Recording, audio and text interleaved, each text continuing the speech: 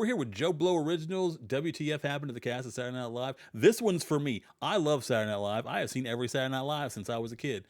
For better or for worse, and trust me, there's a lot of worse in Saturday Night Live. There's at least one or two skits that audibly make me laugh, and Weekend Update is usually pretty good and interesting.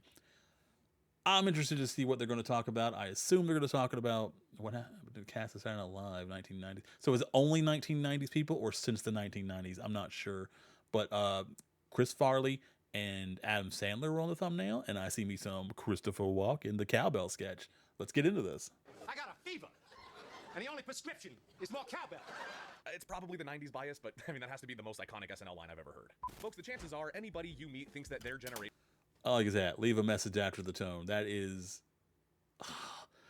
old school, man. That is. I wonder if you've said that. Would kids get that reference? Like, what age would they start to get that reference if they didn't initially? Do you feel old yet? of SNL is the funniest. I myself was born in the 90s, which means that I find the likes of Will Ferrell, David Spade, Adam Sandler, and Chris Farley to be among... And why wouldn't you?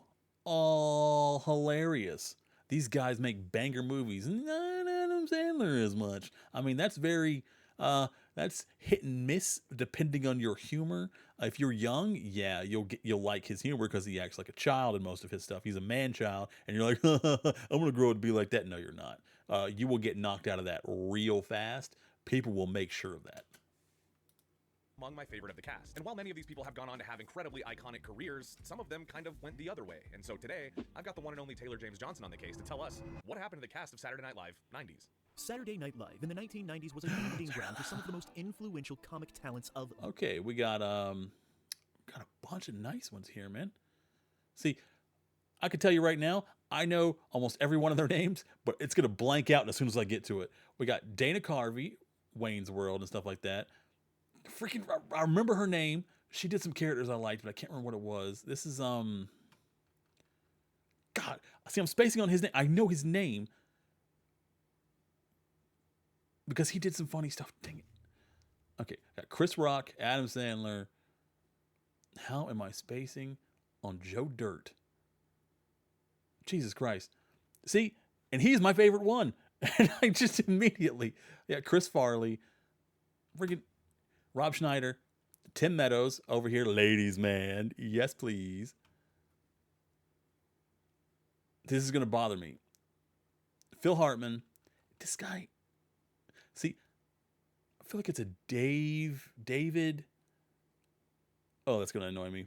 And also, honestly, this one offends me for not remembering because he actually is my favorite out of all of these. And for some reason, I'm spacing on Joe Dirt's name. Freaking Black Sheep, man. Come on. And also he was in Just Shoot Me. He was the best character in Just Shoot Me. And oh, that hurts my feelings. Generation. The cast members from this era didn't just shape modern comedy, they revolutionized it, creating a new template for what comedy could be across multiple mediums. Their success stories span television, film, streaming platforms, and beyond, with many continuing to dominate entertainment decades later. And there's some one aren't Mike doing anything anymore. So yeah, let's see what the f happened to the 1990s cast of Saturday Night Live. And yes, there's a whole lot of people to go through, and we hope to go through them all. If we missed anyone, please comment in the comments and yell at us and shame us for Mick being Foley. just f***ing horrible. So we're gonna try to break Matt this Foley. eclectic group of people into 3 categories. Category 1, superstars. Well, we just have to start with Adam Sandler, who turned his post-SNL career into an... Oh, that was a fun skit. It was the Adam Sandler family reunion. They were just all his characters. SNL career into an empire. At the time, it seemed like Adam wasn't really getting the respect he deserved on the... Yeah, he got fired at the exact right time. He popped off on his career. Like the Nickelodeon era was absolutely ready for like man-child with man-child humor. They were like, because it gave them hope. Kids don't have to grow up. You could just stay immature and stupid forever, and it would totally work out. And good for him. I mean, he's made some classic movies. Some of them were really, really bad, but there was enough classics that he can get a lifetime pass for being funny, and he can just do whatever he wants now. And we're like, well, yeah, he used to be the king, though. On the show, but now when thinking about his skits and characters, we look back with great fondness. But yeah, the dude was destined to be in movies with hits like Billy Madison and Happy Gilmore. Yeah, like a year after he got fired, he was making millions of dollars at the box office. He's fine. even showcasing his dramatic chops in films like Punch Drunk Love and Uncut Gems, earning critical acclaim. Both of which were actually good, and I was surprised by how good his performance was at non-comedic roles. And his lucrative deal with Netflix has produced a mix of comedies and dramas, demonstrating his versatility and enduring appeal. You just can't stop the Sandman, and yeah, we did a whole video on him, so check it out. We also did a whole video on Will Ferrell, so check that out too. Oh, he deserves his Ferrell own was video. able to achieve phenomenal Sherry success O'Terry, love her. post-SNL, with films like Elf and Anchorman, even launching Funny or Die, and other numerous successful projects. He got so successful that we kind of got sick of him. And now Oh, let's not. full projects. He got so successful Let's not remember this one, please. Let's not show this one in any of his videos anymore. that we kind of got sick of him. And now he runs his own production companies, making things like the acclaimed series Succession. And of course, there was Chris Rock, who had Yeah. a relatively brief stint on SNL, but went on to revolutionize stand-up comedy with Yeah, he wasn't there a long time, and then he got fired and went to In Living Color, and then like I think a few weeks, less than a month later, they took it off. They took it off TV. He wasn't having a great year.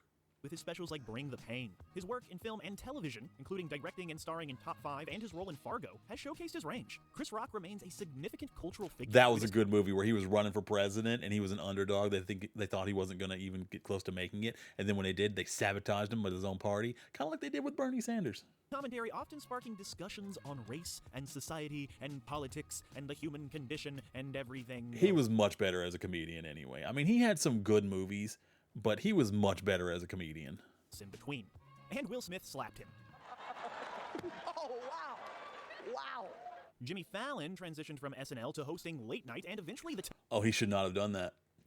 He was funny on SNL, but let's face it, he wasn't the funniest part of his performances. It was other people around him being funny, and then him doing his best to try not to laugh, because the audience loves it when people break. And him and Horatio Sands, they were almost always, every single episode they would break, and it was always funny, especially with them together trying not to laugh, because when one starts trying not to laugh, the other one starts cracking up, because they were like besties. They were really good together, but let's face it, he was not the funny one between them. And the funniest thing he did was trying not to react to other people who were being funnier than him.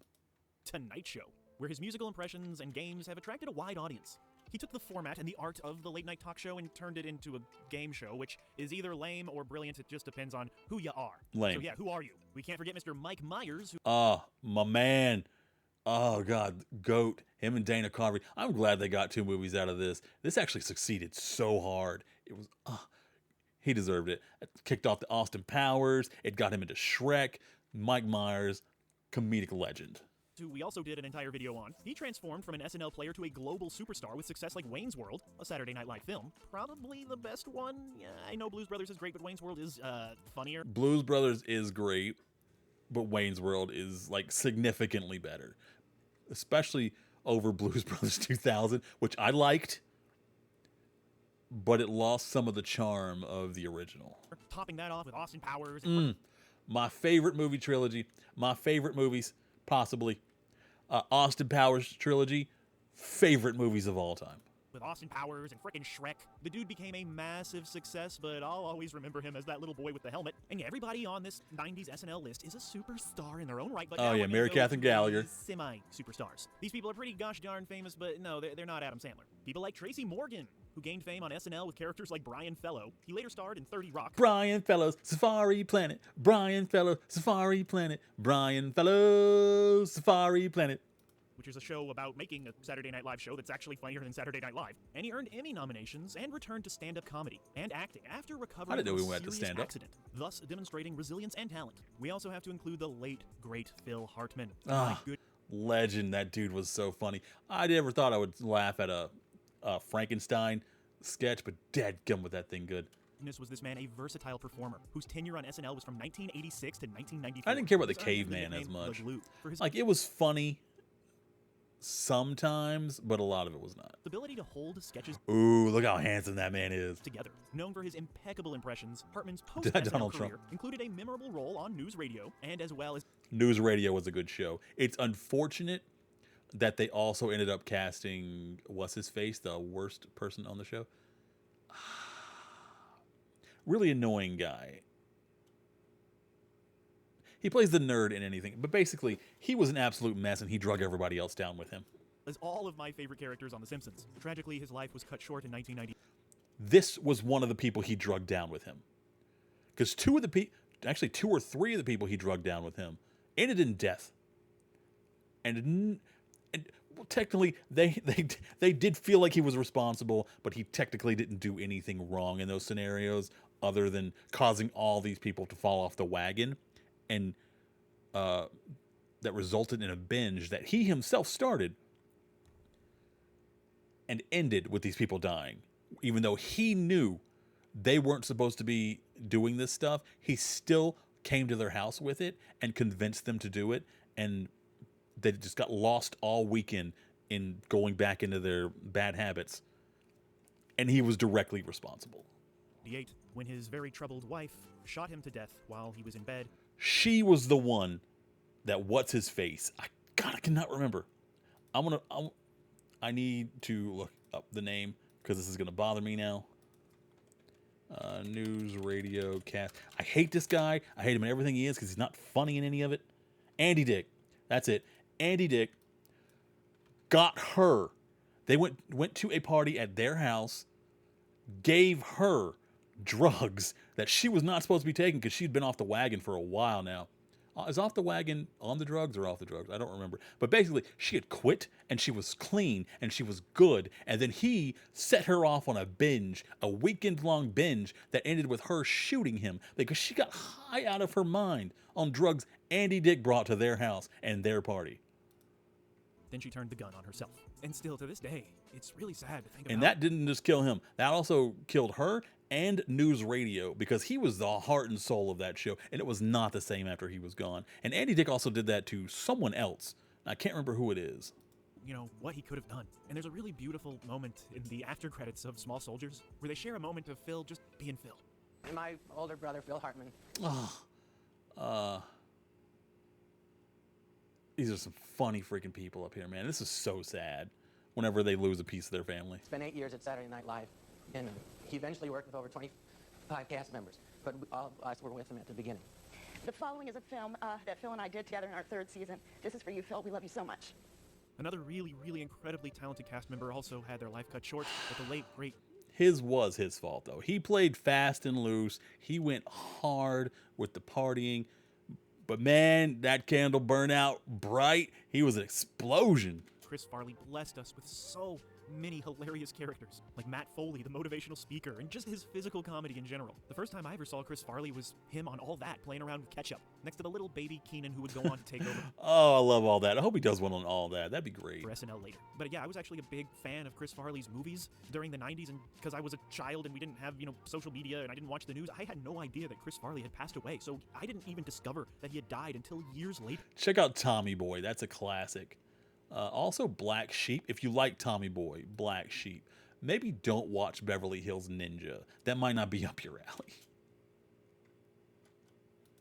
And you know what? It was kind of a beautiful thing not knowing that Chris Farley had died because in my mind, he kept living for years. But yeah, in 1997, his promising career and beautiful life was cut short, tragically recreating the pattern and consequences of John Belushi, his idol. But his influence on physical comedy endures. And Chris Farley's best friend, David Spade, was also a wonderful addition to the 90s. David Spade. I don't know why I couldn't remember his name, man. He's my favorite one from Saturday Night Live. SNL, his sharp wit led to a very successful career beyond the show, starring in films like Joe Dirt. He was in Black Sheep and Tommy Boy with Chris Farley. They were a great combination. And the sitcom Just Shoot Me, which he earned an Emmy, which is one of my favorite sitcoms, and mainly because of him. And Golden Globe nominations for. His collaborations with Adam Sandler in films like Grown Ups have been box office successes, and his ventures into talk shows and podcasts have really kept... He is aging very gracefully. He's still looking on the comedy good. Scene today. Big show. All my buddies are here. We Is that what you're wearing? Hey, unbelievable. Norm! Oh, Miss Norm. He's also dead. That's sad. That man could deliver a joke like nobody's business, man. He could take the unfunniest joke and make it funny just with the way he just reads it. Doesn't even get to the punchline. He could just read the joke and it's funny.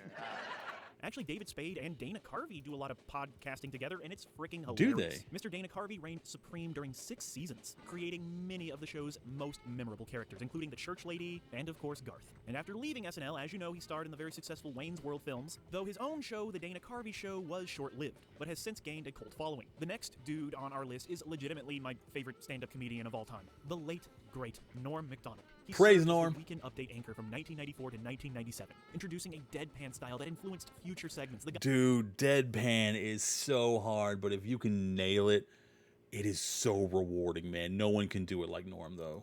was so funny, he was so good that they had to kick him off the show. And so he's like, all right, fine, whatever, I'll go make dirty work. And then he was Also, Lewis Black is really good at deadpan. It's just Lewis Black's delivery of screaming something and then just calming down and saying it in a way like it's the most annoying thing he's ever had to say in his entire life.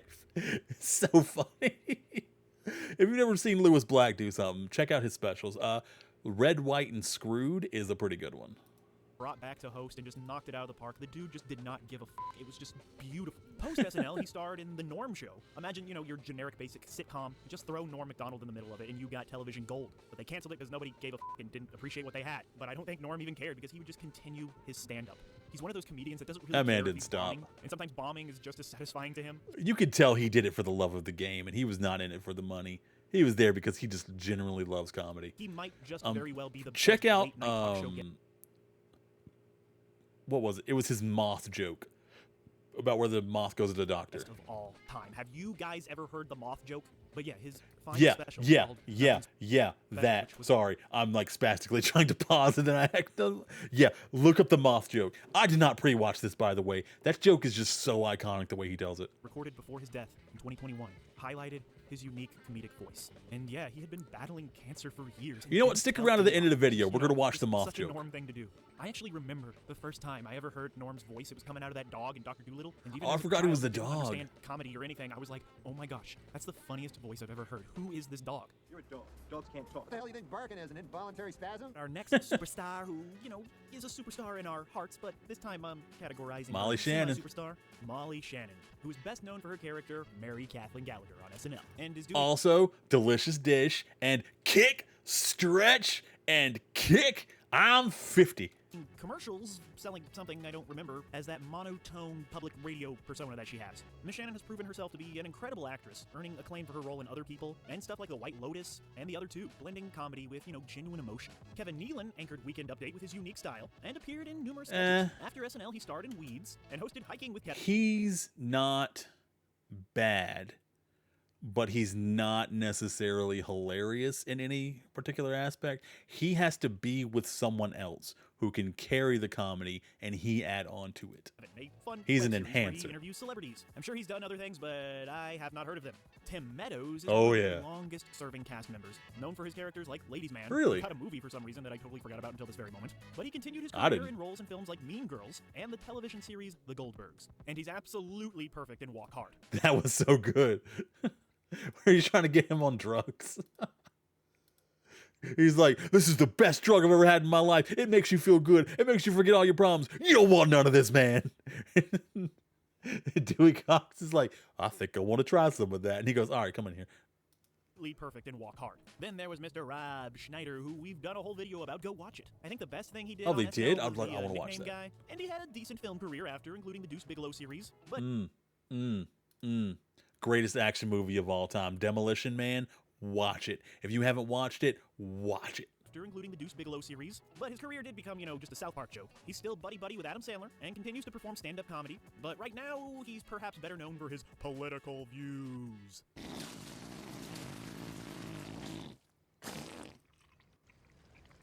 That means he likes you. Then came a man who has been so successful that I actually forgot that he was on SNL, Michael McKean. He joined SNL in 1994 as the oldest person ever cast at that time. The dude was already famous for This Is Spinal Tap and Laverne and Shirley, so his SNL stuff was brief but notable. I also But don't remember him being on there. post-SNL, Oh my goodness, he returned to film and television, continuing to work with Christopher Guest in those hilarious mockumentaries, and then gave us probably one of the greatest performances ever put on television as Chuck McGill in Better Call Saul. Oh hey yeah, Sarah Good for Silverman. him. She was a featured player from I 1994. forgot she was on there because let's face it, she's not real funny. She has her moments. Her stand-up specials are better than anything she does in like movie or television, except Wreck-It Ralph, where she nailed it as Vanellope. But I do like her early stand-up specials, not later, more political ones. In 1994, but her material was underutilized, and she was let go after one season. Sarah Silverman went on to become one of the most influential comedians of her generation. It was just so funny to hear these like wild, offensive, ridiculous jokes coming out of, her sweet face. She just said whatever the f she wanted. She didn't give a f about offending any motherfucker out there, but now she totally regrets it. But I think deep down she does not mean it, because oh my goodness, the Sarah Silverman program is really fun. She doesn't regret it. It's just a sign of the times. They changed will her. always have a special place in our special hearts. Chris Parnell was a cast member in SNL starting in 1998. Chris Parnell is so freaking funny. I mean, he has popped off as a voice actor over the last like decade. He's in Rick and Morty as Jerry, and he's in Archer as freaking, what's his name? The nerdy one that people are mean to.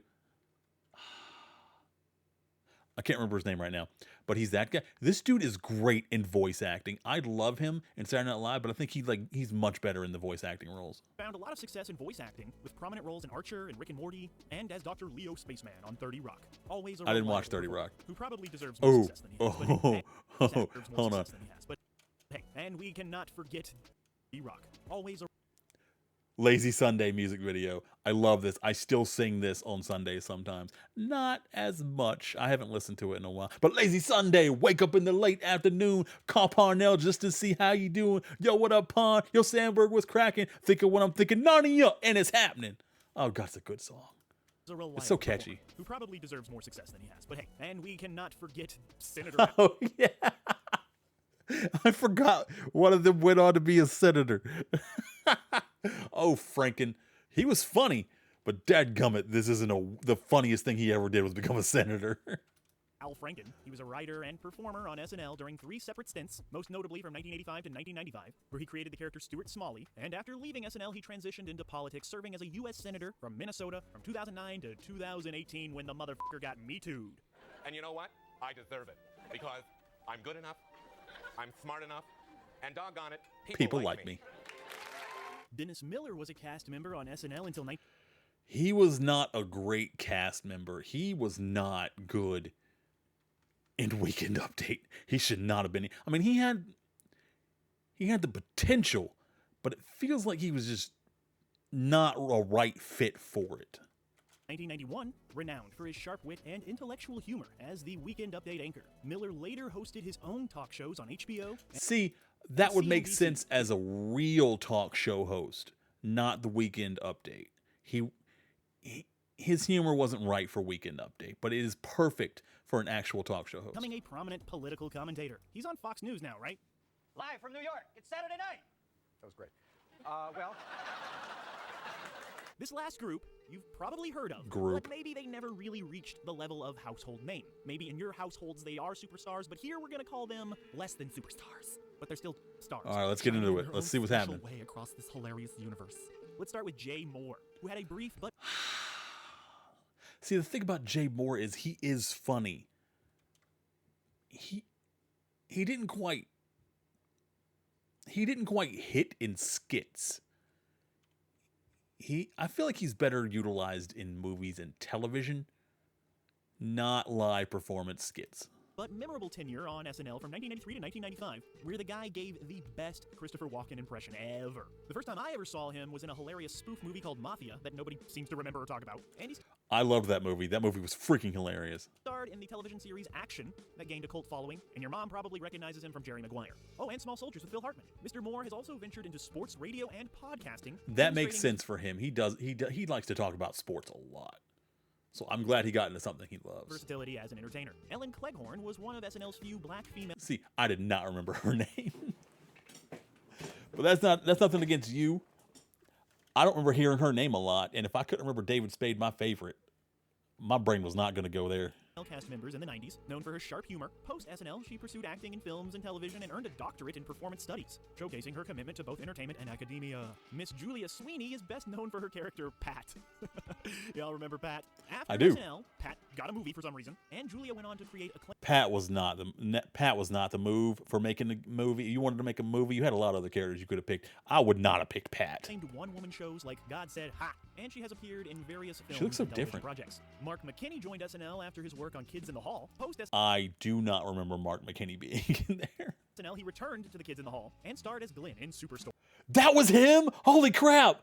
He looks so different and so much more adult. Okay, I love him now. Glenn, love this show. Glenn is such a good character. He nails it. Oh my God. Okay, I actually kind of like Mark a lot more now that I know he's Glenn. Jesus. Introducing him to a new generation of viewers. Oh yeah, I forgot that Chris Elliott was on SNL from 1994 to 1995. Everyone Despite else his did cult too. following from He went on to do The Butler in Scary Movie 2, I think it was. The one with the tiny hand in that haunted castle. Late Night with David Letterman and Get a Life, he struggled to fit in. But his career did flourish afterwards with standout that roles one. in There's Something About Mary and I Schitt's remember Creek. There was also Cherry O'Terry, who brought high energy to characters Oh, Sherry O'Terry was funny. Well, I don't know why she's so far into this list. She should have been further up. like the Spartan Cheerleader. She continued to work a lot, often popping up in so many television Also, Scary Movie. shows and movies. You're always like, oh, hey, it's her, the SNL girl. She also lends her voice to animated series and appears in comedies, maintaining her presence in the industry. Always delivering, always reliable. Anna Gasteyer showcased her versatility Anna Gasteyer is also very funny. She's good with the Martha Stewart. Her Martha Stewart is peak. She is my favorite Martha Stewart from Saturday Night Live. That impression just makes me want to marry her because I also have a crush on Martha Stewart. That is neither here nor there though. on SNL with impressions and original characters. She has since appeared in Broadway productions and television shows like Suburgatory and People of Earth. We also got Colin Quinn, who, maybe Oh, what can you say about Colin Quinn? He was also not a great Weekend Update anchor. He was funny. He was very funny. He had some good stand-up, but it doesn't feel like he should have been the Weekend Update news anchor. He seems more like he's suited for sports jokes. So if he did a sports podcast, that would make sense for him. maybe I would have put him higher on this list now that I think of it, but hey, he was an amazing anchor for Weekend Update. He's known for his sharp and in-your-face type of humor. Colin Quinn has since He wasn't amazing. He was above average. hosted a late-night panel show for Comedy Central and became a very respected stand-up comedian. And Yeah, a playwright. he was a good Rachel comedian. Dratch is known for Rachel Dratch is far down this list. What are you talking about? Debbie Downer herself? characters like Debbie Downer, which is still hilarious to this day. Post Yeah. SNL, she appeared They in just did it at the 50th anniversary. It was still funny. numerous television shows and films. Another one of those, hey, that's her from SNL kind of people. She often collaborates with fellow SNL alumni and has written a memoir detailing her experiences in comedy. So if you can read, go get the book and read it. Red. Daryl Hammond If was you a can't cast read. member on SNL from 1995 to Daryl Hammond is one of those people that he's a constant presence that you don't really think about. He shows up and he makes you laugh, but he's also easy to forget once he leaves, but he gets the job done. 2009, renowned for his extensive range Yeah, of best Bill Clinton. Best Bill Clinton impression. impressions, including probably the greatest Bill Clinton ever. But seriously, this guy is almost too talented to become an A-lister, if that makes any sense. Also, Sean Connery. His Sean Connery is so iconic. Since post-SNL, in addition to acting and voice roles, Hammond has continued to contribute to the show as its new announcer since, 2014. Chris Oh, he's a new McCann was announcer? a cast member on SNL from 1996 Aw. to 2003. I love him. He's so funny. He was very, very underutilized. I did like his movie Corky Romano. If you like the weird kind of character he plays, you'll like it. But honestly, he's not for everybody, and I understand why he's so far down the list. He's very niche. Known for his high-energy performances, he starred Go, alongside go. Will Ferrell in the movie A Night at the Roxbury in 1998, of course Classic. based on their popular SNL sketch. Post-Saturday Night Live, Chris Kattan continued to act in television and film, but unfortunately the movie Corky Romano kind of slowed down any hint of a movie career. Yeah, it wasn't good unless you specifically like his humor, and then it was actually really good. But it was more miss than hit. Victoria Jackson was on SNL until Also funny. Very funny lady. Like, she never failed to make me laugh. Her delivery of jokes was spot on. 1992, known for her quirky characters and high-pitched voice. After SNL, she stayed busy in film and television. Her outspoken conservative views and involvement with the Tea Party have led to criticism and claims of being blacklisted in Hollywood. In 2021, she did something called Bigfoot, UFOs, and Jesus. And that says it all right there. Before we continue with our video, here's a reminder to click What do the you mean Source continue? tab How on much any more of do our we notebook have? channels and browse our collection of the I latest was about to say, I don't graphics remember there designs being on our that many website. people in Go there. get you some. It was the Horatio 90s, though. It was a Sanz decade. a standout performer on SNL. Horatio. The other half that actually made Jimmy Fallon funny. Energy. He's also known for frequent breaking of That is a great skit because the entire time they're trying not to laugh. And I think Brittany Murphy's in this one also. character, alongside Jimmy Fallon. Post SNL, Sanz has continued to act in television and film, even making appearances in The Mandalorian. And Oh, was he? participating in various comedy podcasts. Dude, he looks good. Jim Brewer was a standout cast. Oh, Jim Brewer, man. That guy got typecasted as the high idiot all the time, but he nailed it all. If you've ever seen Half Baked, you know what I'm talking about. But this guy was also really funny, too. In stand-up, like, I feel like he was really underappreciated as far as his stand-up comedy goes. Member from 1995 to 1998, known for his unforgettable Goat Boy and his dead-on impression of Joe Pesci. After SNL, he leaned into stand-up. His comedy often mixes high-energy storytelling with a little bit of family and some rock music influences. And lately, he's been getting fairly political, which no comedian should ever do that. Yeah, But he's one of not those true good, man. comedians Don't just do does that. not I didn't give know a- that, but I don't want to know that, please. Hey, man. Hey, what? And John Lovitz, who, yes, in my... John the Man Lovitz. God, I love John Lovitz. Have you ever seen him in Little Nicky when he was the pervert sitting outside the lady's window on the tree? It happened once in the movie, and it's like one of the most memorable scenes in the entire movie for me. Ha diddly dee are those things. He is so funny at everything he does. My heart is a superstar, but hey, we gotta be honest here. He was a standout performer in SNL from 1985 to 1990. The devil. You know, that counts as the 90s. Post SNL, he continued to entertain with roles in films like A League of Their Own and The Wedding Singer. He also did the animated series The Critic. The Critic was so good. I would love to find like a box set of The Critic and rewatch through that. Occasionally dabbles in some, drama. He's another comedian that just doesn't give a f***. He opened up his own comedy club and just, says whatever Good for him. Good for him. Stay in comedy, man. he feels and wants, like a comedian should. David Koechner, it's hard to pronounce. You don't say the O in his name, right? David Koechner was on? I don't remember him being on Saturday Night Live. He must not have been on there very long. Holy crap. Well, he was a cast member on Saturday Night Live from 1995 to 1996, known for his energetic That makes sense. 1 year. Okay. and brash characters. But I don't think anybody remembers him from SNL anymore because he went on to achieve much greater fame and Yeah, he did Anchorman and The Office as that really annoying character. I can't remember his name. success and respect from playing Champ Kind and Anchorman and Todd Packer in The Office. Todd And Packer. last but not least, he just happens to be last on the list because you got to end it with a bang. Okay.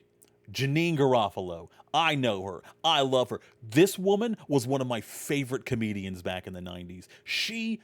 Oh God, I don't know. Something about her.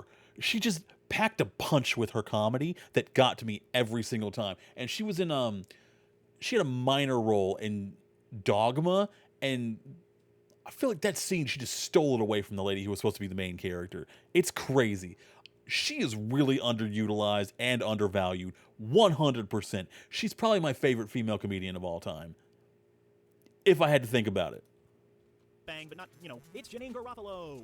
She was a cast member on SNL from 1994 to 1995, which, yeah, I forgot about that too. Known for her sharp wit and distinct comedic voice. After SNL, she went on to become a prominent figure in the alt comedy scene and starred in some cult films like The Truth. Mystery Men. Mystery Men is in my top 5, possibly top 5 favorite movies of all time. She was the whole cast was good in this movie. It was insane. And if I try to talk about this with somebody, most people have never even heard of this movie. And that makes me sad because I want to talk about this movie more with people, but no one knows what I'm talking about. Films like The Truth About Cats and Dogs and probably one of the greatest comedies ever made, Wet Hot American Summer. So yeah, the 1990s SNL cast Also didn't just Dogma, redefine but she sketch wasn't comedy. very They laid the prominent in foundation for that. modern entertainment. Their impact spans film, television, stand-up comedy, and beyond, with many still shaping comedy today. The era's mix of slapstick and satire and sharp writing ensured its legacy. And a lot of people just didn't appreciate it at the time, but now we all look back at this with awe and wonder, and it's still Yeah, just it gave so us a lot of the classics. I mean, most of the things that people quote these days are from this area of Saturday Night Live. funny to this very day, remaining influential decades later. So yeah, nobody should give a about what the happened to the 1990s cast of SNL, because I remember that most skit. of them are doing just fine.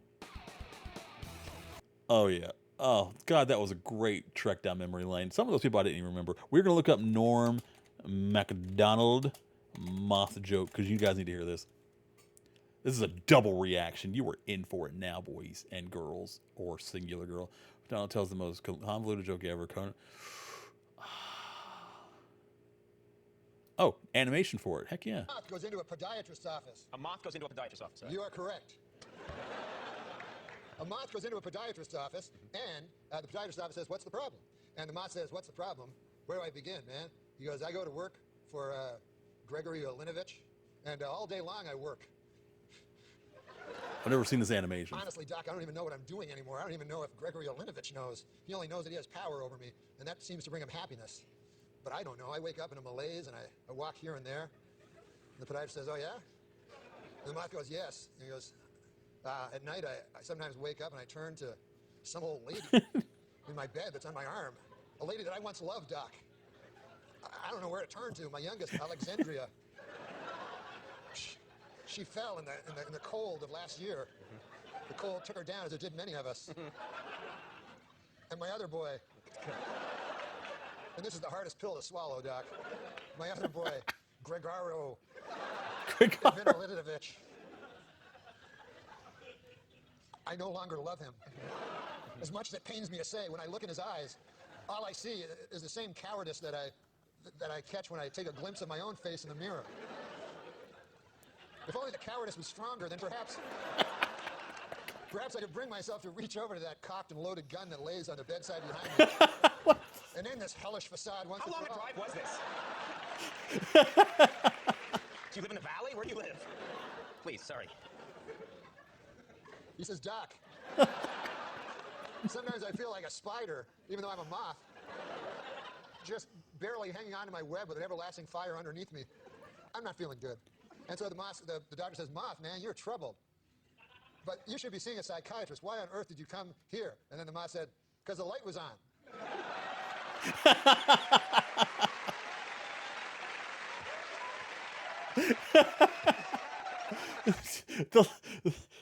I've heard him tell the joke many times, and the longer the joke is, the better the payoff is when you get to the end and it has nothing to do with it. That reminds me of my favorite joke about the pink flamingo, but that's a very, very long joke, and I'm not going to tell that right now. My congratulations to anyone who stuck it through to the end. So Norm, What? we're pretty much out of time. Oh, God. Oh, that was so good. I've never seen the animation. That really helped it. One of my many favorite. Oh, he animated another one. Oh, my God. Okay, well, we might need to check this guy out.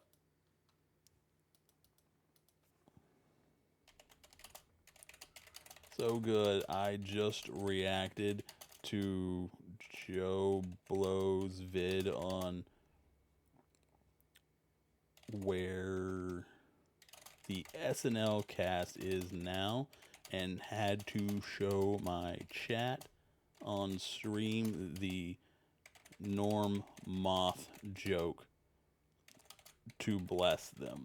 Thank you for this animation.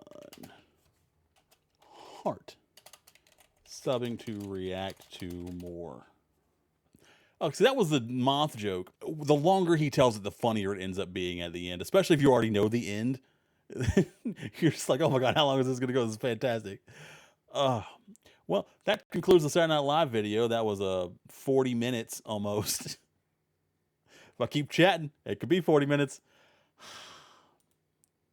So go give Joe Blow a like and sub if you liked the video. I think that was really nice. It was a great walk down memory lane for people I haven't thought about in quite a while.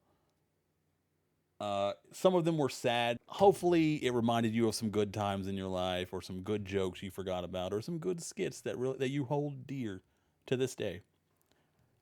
Go back and I guess you can try watching them. I don't know if they'd still hold up to this day, or if you've never seen those skits from the era. Maybe it won't hold up for you, and that's okay. We all have our own sense of humor. You go find what makes you laugh, or what makes you smile, what makes you happy. Share it with people you love. Because there's nothing better than sharing something that makes you happy with someone you love that makes you happy also. Stay safe, stay hydrated, take care of yourselves, take care of somebody else, and love and nachos to you all. Mwah.